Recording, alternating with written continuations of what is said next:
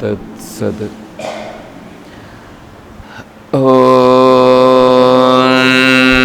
శ్రీ గురుభ్యో నమః. ఓం సదాశివసమారంభాం శంకరాచార్యమధ్యమాం తత్వవిదానందపర్యంతం వందే గురుపరంపరాం. ఓం శ్రీ గురుభ్యో నమః. పూజ్య గురుదేవులు తత్వవిదానంద సరస్వతి స్వాముల వారి దివ్య చరణారవిందములకు ప్రణమిల్లుతూ పరిపూర్ణ పరబ్రహ్మస్వరూపులకు ప్రియాత్మ బంధువులారా, ఓం శ్రీ గురుభ్యో నమః.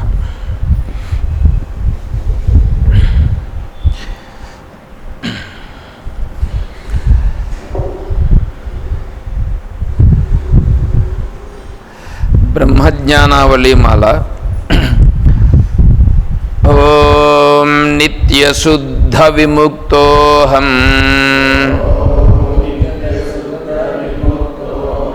నిరాకారోహమక్షరః భూమానందస్వరూపోహం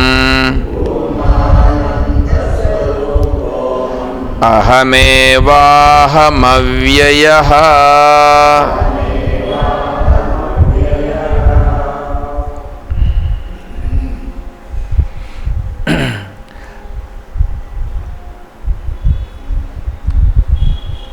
అహమేవాహమవ్యయః.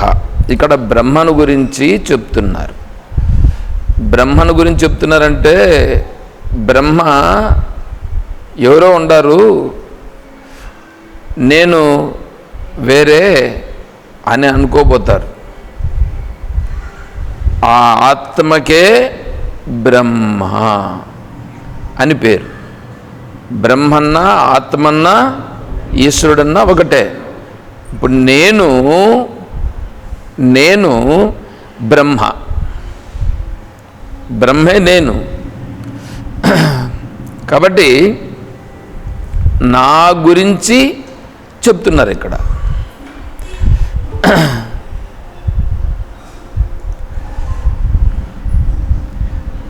నిత్య శుద్ధ విముక్తోహం అది చెప్పుకున్నాం. నిరాకారోహం, నేను ఆకార రహితుడను. ఆకారము లేదు నాకు, ఆకారము లేదు. ఆకారము లేదు అంటే ఇప్పుడు శరీరము, ఇంద్రియాలు, మనస్ ఇవంతా ఉన్నాయి కదా. ఇప్పుడు శరీరం కనిపిస్తూ ఉంది, ఇది ఆకారం. ఇంద్రియాలు కూడా కనిపిస్తున్నాయి, ఇది ఆకారమే. మనస్సు ఆకారంగా ఉందా లేదా అని అంటే మనస్సు కూడా పుట్టినది. మనస్సు కూడా పుట్టింది, కనిపించలేదు. కానీ అనుమాన ప్రమాణం చేత అది పుట్టింది. మనస్సు ప్రత్యక్ష ప్రమాణము, అనుమాన ప్రమాణం అని రెండు ఉన్నాయి. ప్రత్యక్ష ప్రమాణం అంటే ఎదురుగా డైరెక్ట్గా చూస్తే మనకు కనిపించేది. శరీరంతో కనిపిస్తుందిగా, కొడితే తెలుస్తుందిగా, ఇది ప్రత్యక్ష ప్రమాణం. అదే ఇది ప్రత్యక్షం, కనిపిస్తుంది. అనుమానం అక్కడ ఉందా లేదో ఏమో అది తెలియదుగా. సరే, ఇప్పుడు అనుమానం అనేదానికి ఏంటంటే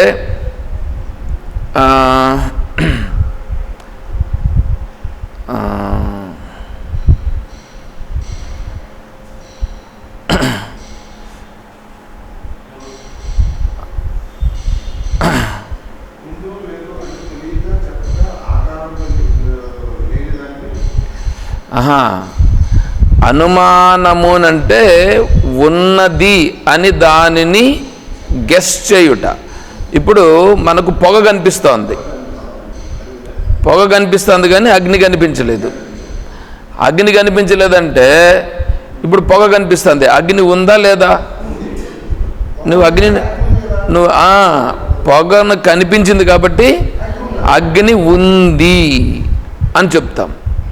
అట్లాగే ఈ వీళ్ళు దూరం నుంచి పోతూ ఉంటారు తీర్థయాత్రలకు పోతా అంటే అక్కడ మనకు దూరంగా ధ్వజస్తంభం కనిపిస్తుంది. ధ్వజస్తంభం కనిపిస్తుందంటే శివాలయం ఉంది. ఇప్పుడు ధర్మరాజు, నకులుడు, సహదేవుడు, భీమ, అర్జునులతో కలిసి అడవిలో ఉన్నారు. నీళ్లు దప్పైనాయి, ఎక్కడ చూసినా కనిపించలేదు. అప్పుడు ఒక చెట్టు కింద కూర్చొని అట్లా చూస్తే పక్షులు 2 ఎగురుతూ వచ్చినాయి అక్కడి నుంచి. అంటే పక్షులు ఇక్కడి నుంచి వచ్చినాయంటే పక్షులు ఇక్కడ ఉన్నాయి కాబట్టి ఇటువైపు నీళ్లు ఉన్నాయి అని అర్థం. అప్పుడు సహదేవుణ్ణి ప్రోత్సహించినట్టు, నాయనా పక్షులు వస్తున్నాయి, అటువైపు నీళ్లు ఉన్నాయి, అక్కడికి వెళ్ళి నీళ్లు కొద్దిగా తీసుకురాబో అని చెప్పాను. అంటే దీనిని చూచి దానిని గుర్తించుట. అలాగే మనస్సు అనేటువంటిది ఉందా అంటే మనస్సు కనిపించట్లేదు. మీకు ఎవరికైనా కనిపించిందా మీ మనసు? కానీ ఉందా లేదా? ఉంది. ఎందుకంటే బాధపడుతాం, ఆనందపడతాం, సుఖము ఉంది, దుఃఖము ఉంది. సుఖాన్ని అనుభవిస్తూ ఉండేది, దుఃఖాన్ని అనుభవిస్తూ ఉండేది మనస్సు. అంతేకాకుండా మనస్సు పుట్టినది సమిష్టి సాత్వికాంశము నుండి మనస్సు పుట్టినది. కాబట్టి పుట్టినది అంటే అది ఉన్నది, కాబట్టి అది ఆకారం కలిగినటువంటిది. ఇవన్నీ ఆకారము కలిగినటువంటివి. బ్రహ్మ అంటే నాకు ఆకారము లేదు, ఆకారము లేని నేను ఆకారముగా కనిపించుచున్నాను. ఇదియే మాయా, ఇదియే మాయా. ఈ జగత్తంతా కూడా ఇప్పుడు మీరు ఈ శరీరము నందు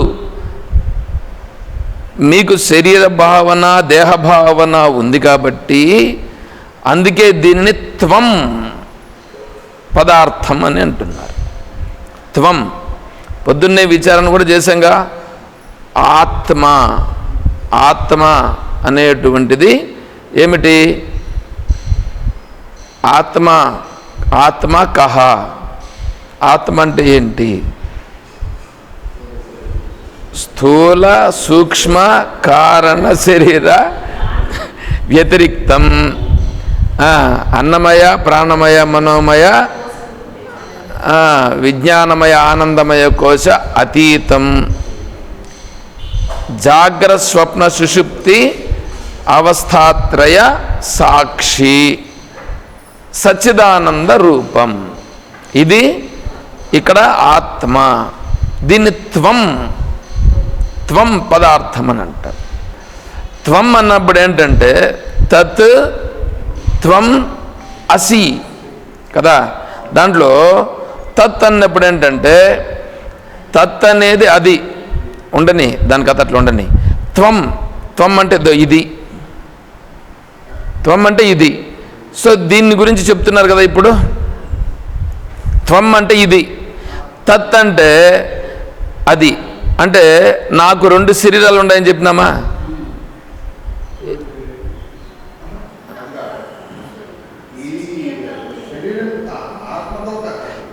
ఈ శరీరం ఒకటి, విశ్వస్వరూప శరీరం 2. ఈ శరీరం ఒకటి, విశ్వరూప శరీరం 1, 2. ఇవి 2 శరీరాలు ఉన్నాయి నాకు. ఈ విశ్వరూప శరీరాన్ని తత్ అంటారు, ఈ శరీరాన్ని త్వం అంటారు. ఇప్పుడు త్వం తత్ ఇవి రెండింటిని చెప్తున్నారు. ఇప్పుడు త్వం పదార్థాన్ని గురించి చెప్పేటప్పుడు ఏంటంటే ఇప్పుడు నీకు ఇదంతా కనిపిస్తుందిగా, దీన్ని వాచ్యార్థం అని అంటారు. తెలుస్తూ ఉంది కదా నీకు, ఇది తెలుస్తూ ఉండేదాన్ని వాచ్యార్థము అంటే వాక్కు ద్వారా చెప్పడానికి వీలయ్యేటువంటిది. వాక్కుతో చెప్పడానికి వీలవుతుంది కదా. ఈ శరీరము, ఇంద్రియాలు, ప్రాణము, మనస్సు ఇవంతా చెప్తా ఉన్నాం కదా. జాగ్రత్త అవస్థ, స్వప్నావస్థ, సుషుప్తి అవస్థ ఇవంతా నోటితో చెప్తున్నాం. అంటే నువ్వు గుర్తిస్తున్నావు, అంటే ఒక రూపము కలిగి ఉన్నది, రూపం కలిగి ఉందిగా. దీన్ని త్వం పదార్థము త్వం చేత చెప్పేటప్పుడు నీకు తెలిసిన దానితో, ఇప్పుడు ఇది నిలబడి ఉందంటే చైతన్య ఆధారంతోనే కదా నిలబడి ఉంది. చైతన్యం ప్రకటమవుతుందిగా ఇందులోనే. అంటే ఇక్కడుండేటువంటి దానిలో చైతన్యం ప్రకటమవుతోంది, అది నీకు అనుభవం అవుతుందిగా, నీకు అనుభవం అవుతోంది. ఇప్పుడు దీనిలో ఏంటంటే త్వం అనేదానికి వాచ్యార్థమని లక్ష్యార్థమని రెండు.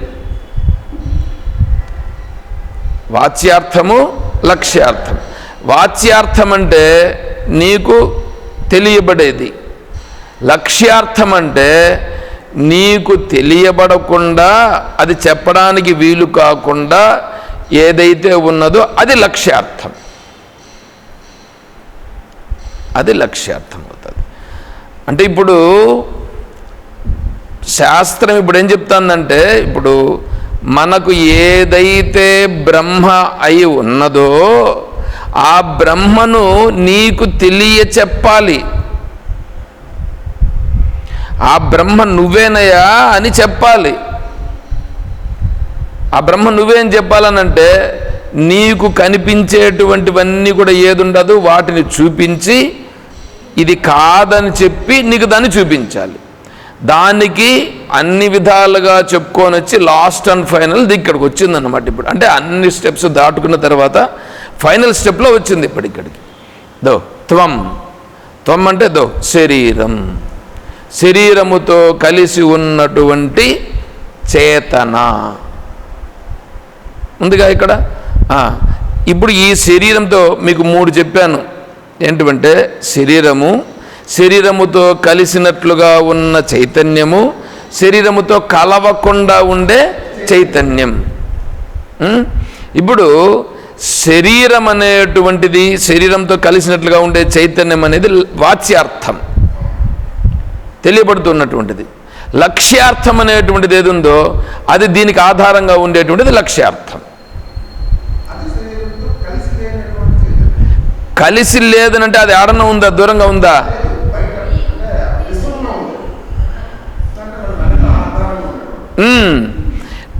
నువ్వు ఉన్న ప్రదేశంలోనే మూడు ఉన్నాయని చెప్పినాం. అదే బాగా గుర్తించండి. శరీరము, శరీరముతో కలిసినట్లుగా ఉండే చైతన్యము, శరీరం ఉండే ప్రదేశములోనే ఉన్నటువంటి శరీరంతో కలవకుండా ఉండే చైతన్యం. దానిని ఏమంటారంటే ప్రత్యేగాత్మ అని అంటారు. ప్రత్యక్ విన్నారు ఎప్పుడైనా ప్రత్యేగాత్మ అని? ప్రత్యక్, ప్రత్యక్ అని అంటే ఇప్పుడు ఇక్కడ ఉన్నాయి, ఇవి ఉన్నాయనుకోండి. కెమెరా ఉంది, కెమెరా మీకంటే కెమెరా నాకు దగ్గర ఉంది, కెమెరా నేను కాదు. కెమెరా కంటే దగ్గర ల్యాప్టాప్ ఉంది, ఇది నేను కాదు. దానికంటే దగ్గర టేబుల్ ఉంది, అది నేను కాదు. దగ్గరకు వస్తున్నాం, ప్రత్యక్, ఒకదాన్ని చూసుకుంటూ తీసేస్తూ వస్తున్నాం. తర్వాత ఇది మైక్ ఉంది, మైక్ దగ్గరుంది, ఇది నేను కాదు. దీనికి దగ్గర ఈ షర్ట్ ఉంది, ఇది నేను కాదు. దీనికి దగ్గర లోపలికి వచ్చేటప్పటికి శరీరం ఉంది, ఈ శరీరం నేను కాదు. ఎందుకంటే శరీరము నాది అని అంటున్నాంగా. కాబట్టి శరీరం ఉంది, ఇది నేను కాదు. దానికి వెనకాల మనస్సు ఉంది, అది కూడా నేను కాదు. దానికి వెనకాల అంటే ప్రత్యక్, ప్రత్యక్ ఒకటి తీస్తూ పోతే ప్రత్యక్ అంటే అక్కడే ఉన్నది, అక్కడే ఉంది, అక్కడే ఉంది కానీ తెలియబడట్లేదు. దానిని ప్రత్యక్ ఆత్మ అంటారు. అది ప్రత్యేగాత్మ. ప్రత్యేగాత్మ ఇక్కడ ఉంది చూడండి. ఆ ప్రత్యేగాత్మే సర్వము ఉన్నటువంటిది. సర్వము ఉన్న ప్రత్యేగాత్మ. ఇప్పుడు నువ్వు పోతూ ఉన్నావు, ఆకాశం ఉందిగా, ఖాళీ ప్రదేశం. ఈ ఖాళీ ప్రదేశం, నేనుండే ప్రదేశంలోనూ ఖాళీ ప్రదేశం ఉంది. ఈ ఖాళీ ప్రదేశమే వస్తుంది అంతా. నేనేమన్నా పోతాంటే లేదు కదా, ఆ ఉండే ప్రదేశంలో నువ్వు పోతా ఉన్నావు. రోప్ వేలో ఉన్నప్పుడు ఈ రోప్ పట్టుకొని పోతూ ఉంటుంది. ఇది ఈ రోప్ పట్టుకొని ఇట్లా పోతా ఉన్నప్పుడు ఈ రోప్ ఉందిగా, రోప్కి ఈ అటాచ్ చేసినటువంటిది దానికి కనెక్ట్ అయి ఉంటుంది. అది పోతూ ఉందంటే దానికి ఆ వెళ్ళగలిగే సామర్థ్యం ఆ రోప్లోనే కనెక్ట్ అయి ఉంటుంది. అది మళ్ళా దానికి సపరేట్గా మళ్ళీ ఒక జగలు ఇవ్వాల్సిన పని లేదు. అంటే అది ఎక్కడ పోతా ఉంటే అక్కడంతా ఉన్నది. అలాగే సర్వము నిండి నిబిడీకృతమై ఉన్నటువంటి ఏ ఆత్మస్వరూపం ఉన్నదో అది ఈ శరీరం ఉండే ప్రదేశంలో కూడా ప్రకటమగుచున్నది. ఇది త్వం. ఇప్పుడు శరీరంతో కలిసినట్లుగా ఉండేటువంటిది త్వం పదార్థానికి వాచ్యార్థము, అంటే నీకు కనిపించేటట్లుగా చెప్తున్నటువంటిది. ఈ శరీరం దగ్గరే ఉండేటువంటిది వెనకాల ఆధారంగా ఉన్నటువంటి ఏ ఆత్మ ఉన్నదో అది లక్ష్యార్థం.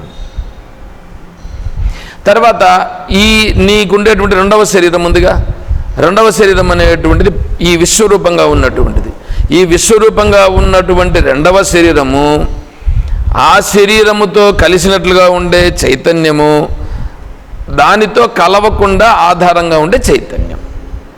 దాంట్లో వాచ్యార్థము ఈ విశ్వరూపముతో కలిసినట్లుగా ఉండే చైతన్యం, విశ్వరూపము ప్లస్ విశ్వరూపముతో కలిసినట్లుగా ఉండే చైతన్యము రెండు కలిపి తత్పదార్థానికి వాచ్యార్థము.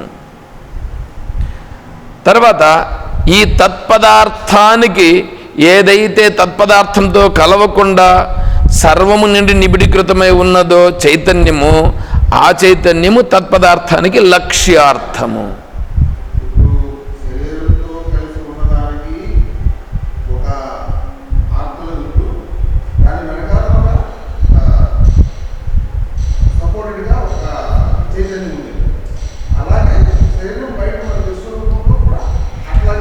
ఇప్పుడు అద్దం ఉందండి, అద్దం ముందర నిలబడినారు. ఇప్పుడు ఎంతమంది ఉన్నారు ఇక్కడ? అద్దం ముందర నిలబడినారు. అద్దం మీద ఎవరు నిలబడినాడు? ఒకరు నిలబడినాడు. ఇప్పుడు అద్దంలో కనిపిస్తుందిగా, అద్దంలో ప్రతిబింబం కనిపిస్తుందిగా. అద్దం ఉంది, అద్దంలో ప్రతిబింబం కనిపిస్తుంది. అద్దం ముందర వీడున్నాడు. ఇప్పుడు మూడు ఉన్నాయా?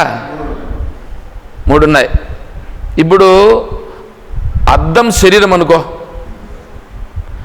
అద్దంలో కనిపిస్తూ ఉండే ప్రతిబింబం ఉందే, అది అద్దంలో కలిసినట్లుగా ఉండేటువంటి ప్రతిబింబము, అంటే శరీరంతో కలిసినట్లుగా ఉండే చైతన్యం, అది రెండు. ఈ ఎదురుగా ఉన్నాడే ఇప్పుడు మూడు. ఇప్పుడు మూడు ఇక్కడ ఒకే ప్రదేశంలో ఉన్నాయా, వేరువేరుగా ఉన్నాయా? ఒకే ప్రదేశంలో ఉన్నాయి. మనం పట్టుకోవాల్సింది ఈ మనిషిని పట్టుకోవాలా, ఈ మనిషిని పట్టుకోవాలి. ఈ మనిషిని పట్టుకోవాలంటే ఇప్పుడు మనం ఏం చేయాలి? వీడు ఎక్కడన్నా కనిపిస్తాడు నీకు? ఎందుకు? వీడిలాగా ఇంకొకడు ఎవడు లేడు. వీడిని చూడాలంటే ఏం చేయాలి? ఇప్పుడు వీడిని చూడాలంటే అద్దంలో చూస్తే తప్ప, అద్దంలో తప్ప ఇంక నువ్వు ఇంకెక్కడైనా సరే చూడగలవా? నీటి యందు కూడా చూడవచ్చు, నీటిలో చూడవచ్చు, ప్రతిబింబంలో చూడవచ్చు. ప్రతిబింబంలో స్పష్టంగా కనిపించదు, నీటిలో శుద్ధమైన నీటిలో కొంతవరకు కనిపిస్తుంది, అద్దములో చాలా స్పష్టంగా కనిపిస్తుంది. గ్రానైట్లో కూడా కొద్దిగా కనిపిస్తుంది, కానీ అద్దంలో కనిపించినట్లుగా ఎక్కడ కనిపించదు. ఎవడైతే ఆత్మతత్వాన్ని తెలుసుకోవాలని ప్రయత్నం చేస్తున్నాడో వాడు ఒకవేళ దేవలోకంలోకి వెళ్ళి విచారణ చేశాడని అనుకోండి, దేవలోకంలోకి వెళ్ళి అక్కడ దేవేంద్రునితో కలిసి విచారణ చేశాడు అని అనుకోండి, దేవలోకము పితృలోకము ఇవంతా ఒకటే, అక్కడికన్నా విచారణ చేస్తే అతనికి ఆత్మస్వరూపము నీ నీడ తెలిసినట్లుగా తెలుస్తుంది. బ్రహ్మదేవుని దగ్గరికి వెళ్ళి బ్రహ్మదేవుని దగ్గర విచారణ చేస్తే నీళ్లల్లో నీ ప్రతిబింబమును నువ్వు చూసినట్లుగా తెలుస్తుంది. ఇక్కడ ఈ మానవ శరీరంతో ఉంటూ ఆత్మతత్వాన్ని విచారణ చేసి నువ్వు తెలుసుకుంటే అద్దములో నీ ప్రతిబింబమును నువ్వు చూచినట్లుగా తెలుస్తుంది. కఠోపనిషత్తులో నచికేతుల వారికి యమధర్మరాజు గారు చెప్పే మాట ఇది చెప్తారు. కాబట్టి ఆత్మతత్వాన్ని తెలుసుకోవాలంటే నువ్వు ఎక్కడ తెలుసుకోవడం మంచిదో మీరే లెక్కేసుకోండి. విద్యానందగిరి స్వాములు వారు చెప్పారు, ఏర్పేడు వ్యాసాశ్రమం ఉంది కదా, ఇప్పుడు మనం విచారం చేస్తున్నాం కదా, బ్రహ్మదేవుని సభ జరుగుతూ ఉంది, దేవేంద్రుని సభ జరుగుతూ ఉంటుంది.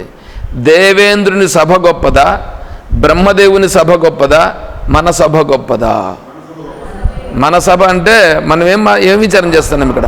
ఆత్మ విచారణ చేస్తున్నాం. ఇక్కడ బ్రహ్మదేవుని దగ్గర విచారణ చేసినా కూడా అక్కడ చేసేది కూడా ఇదే విచారణ, దేవేంద్రుని దగ్గర చేసినా కూడా ఇదే విచారణ.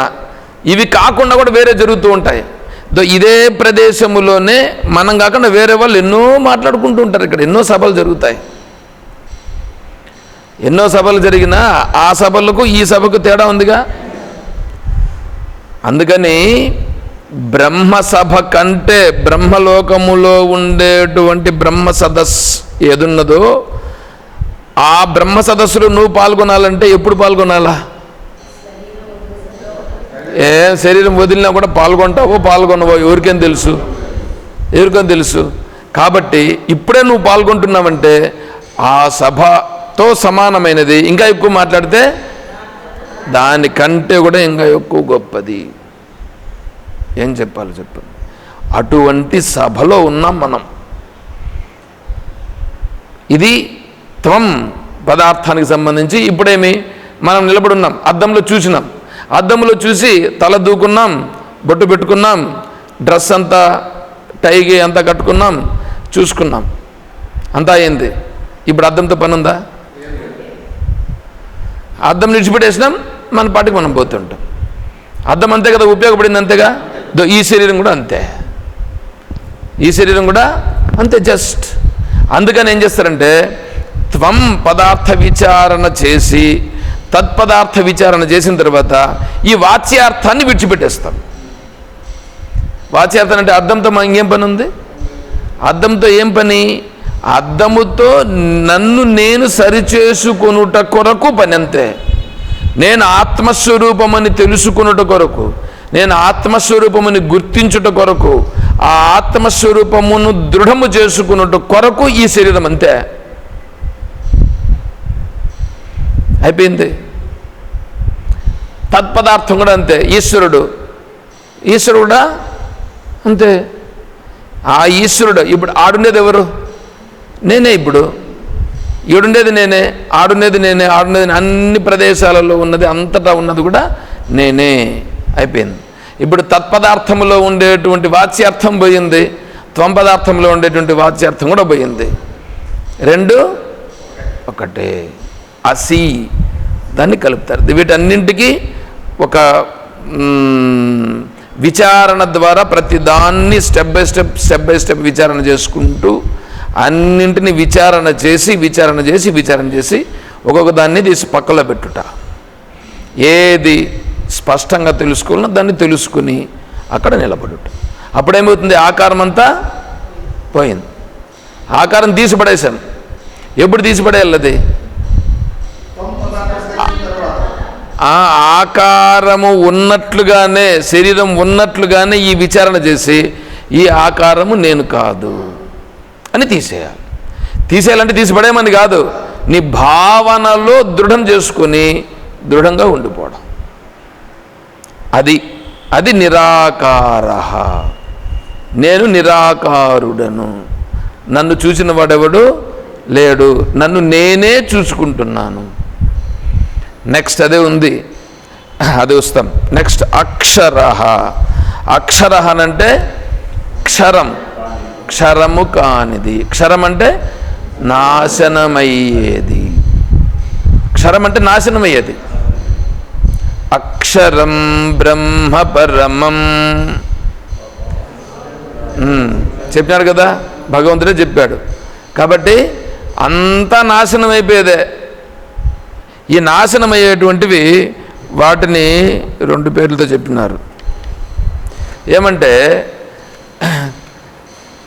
దేహం ఉండగా నాశనం అయ్యేది ఒకటి, దేహం పోయిన తర్వాత నాశనం అయ్యేది ఒకటి. ఇప్పుడు దేహం ఉంది, దేహం ఉండగానే నాశనం అవుతున్నాయి లేదా?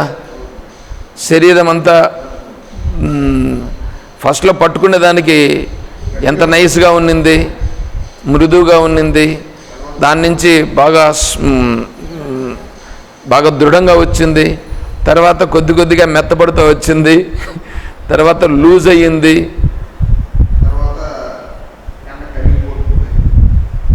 పడిపోయింది, ఇప్పుడు నాశనం అవుతూ వచ్చిందిగా. ఇప్పుడు దేహం ఉండగా నాశనం అవుతూ ఉంది ఒకటి. రెండవది దేహం పోయిన తర్వాత అది కాల్చి పారేస్తున్నాం, కాల్చేయడమో పూడ్చేయడమో ఏదో ఒకటి చేసేస్తున్నాం. నాశనాలు ఇప్పుడు చూడండి, నాశనం అనేటువంటిది దేహం ఉండగా నాశనం ఒకటి, దేహం పోయిన తర్వాత నాశనం ఒకటి. ఇప్పుడు మీరు చూడండి, ప్రపంచంలో సృష్టిలో అంతా కూడా ప్రతి ఒక్కటి అంతే కదా. ఈ సృష్టి ఉంది, ఎంతసేపు సృష్టిలోకి పోతున్నామండి. మనం సృష్టిలోకే కదా పోతున్నాం.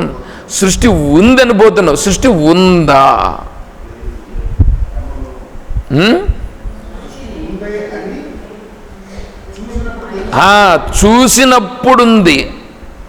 చూచినప్పుడుంది. కళ్ళు మూసేస్తే లే. అంటే సృష్టి అంతా ఎక్కడుంది? కంటి రెప్పలో ఉంది. చూడండి, మనస్సు బయటికి పంపిస్తే ఉంది, మనస్సు బయటికి పంపిస్తే లేదు. అట్లాంటి సృష్టిని పట్టుకొని మనం ఏం చేస్తున్నామంటే అదేదో ఉందని, దాంట్లో ఏమేమో జరుగుతుందని, దాంట్లో మనం ఏమేమో పొందేస్తామని దాంట్లోకి మనం పరిగెత్తి ఏమేమో చేస్తున్నాం. ఏమన్నా ఉందా?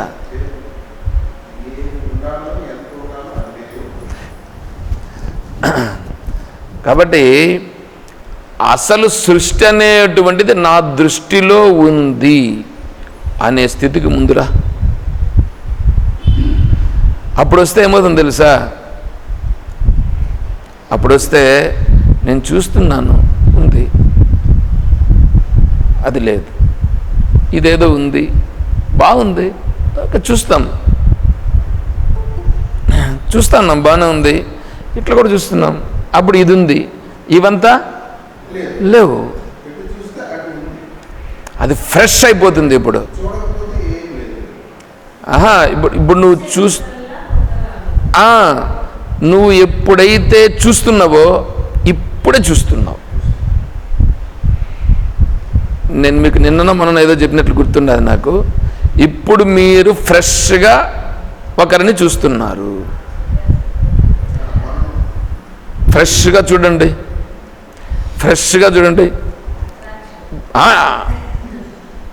చూడండి. నువ్వు అట్రాక్షన్ అనేది ఇప్పుడు ఏమవుతుంది తెలిసిన? ప్రేమ, నిజమైన ప్రేమ అనేది వస్తుంది. ఫస్ట్ అట్రాక్షనే చూడు. కనీసం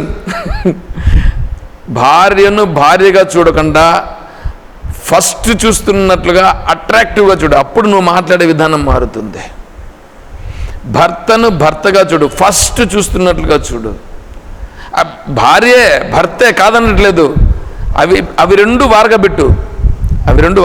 ఏంటివి? భార్య అనేది వారగబెట్టు, భర్త అనేది వారగబెట్టు. ఇప్పుడు చూసి నువ్వు ఫ్రెష్గా మాట్లాడు.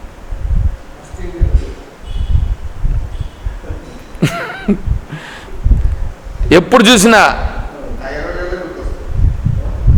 ఎప్పుడో 20గా చూసినావో 18గా చూసినావో, ఎప్పుడు చూసినావో అదే.